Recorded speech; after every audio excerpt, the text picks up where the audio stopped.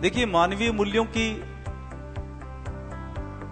स्थापना हमारे जीवन में इस प्रकार से होनी चाहिए। एक छोटा सा और मैं आपको उदाहरण बताता हूं। एक बार कौरवों और पांडवों के बीच जब युद्ध चल रहा था, तो एक अश्वसेन नाम का एक बहुत जहरीला सांप था, जो अर्जुन से बहुत ज्यादा क्रोधित था। वजह यह थी, कारण ये था कि एक बार अर्जुन ने ऐसा कोई बाण चलाया था अपने शत्रुओं का वध करने के लिए कि उसमें से अग्नि प्रज्वलित हुई और बहुत सारा एरिया, बहुत सारा क्षेत्र उस अग्नि में जल गया। उसमें उसकी माताजी का भी देहांत हो गया। अश्वसेन जो सांप था, उसकी माताजी का देहांत हो गया। तब से वो अर्जुन के प्रति बदला लेने की भावना रखता था। तो अश्वसेन ने जब युद्ध हो रहा था, तो वो कर्ण के तरकश में चला गया तीर बनकर, कि जैसे ही कर्ण छोड़ेगा, अर्जुन पर प्रहार करेगा, तो मैं अपना बदला अर्जुन से ले लूंगा, मैं उसको खत्म कर दूंगा। तो वो टेढ़ा मेढ़ा तीर जब कर्ण ने अपने धनुष पर चढ़ाया, तो उसे थोड़ा सा प्रतीत हुआ कि ये तो तीर वैसा नहीं है। ज्यादा सोचा नहीं, उसने उस तीर को चला दिया। कृष्ण को पता लग गया कि ये तीर बड़ा घातक है। कृष्ण तो सब जानते थे, उन्हें यह भी व्यतीत हो गया ये अश्वसेन आ रहा है। उन्होंने अपने घोड़ों को नीचे बिठा दिया।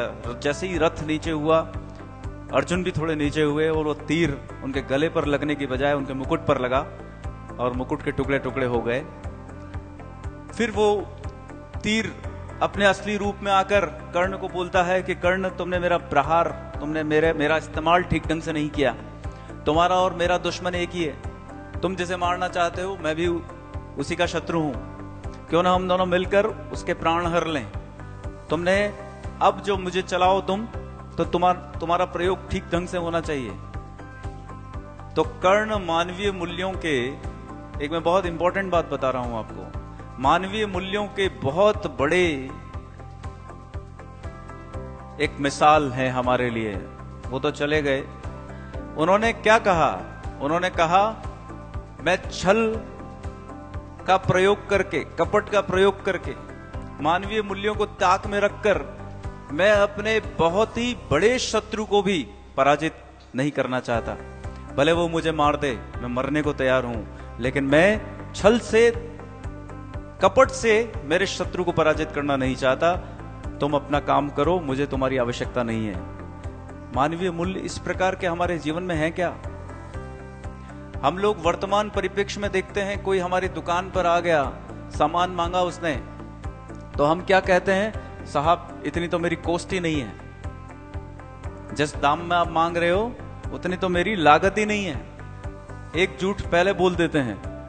दूसरा झूठ, साहब मैं बहुत कम मार्जिन रखकर आपको ये चीज दे रहा हूं। ऐसी बढ़िया चीज दुनिया में कहीं मिलेगी नहीं। आप पहले ढूंढ आओ, उसके बाद मेरी दुकान से ले लेना। अभी पैसे देने की क्या जरूरत है साहब, बाद में दे देना। दुकान आपकी है साहब, जो चाहो वो दे दो। ये सब क्या है?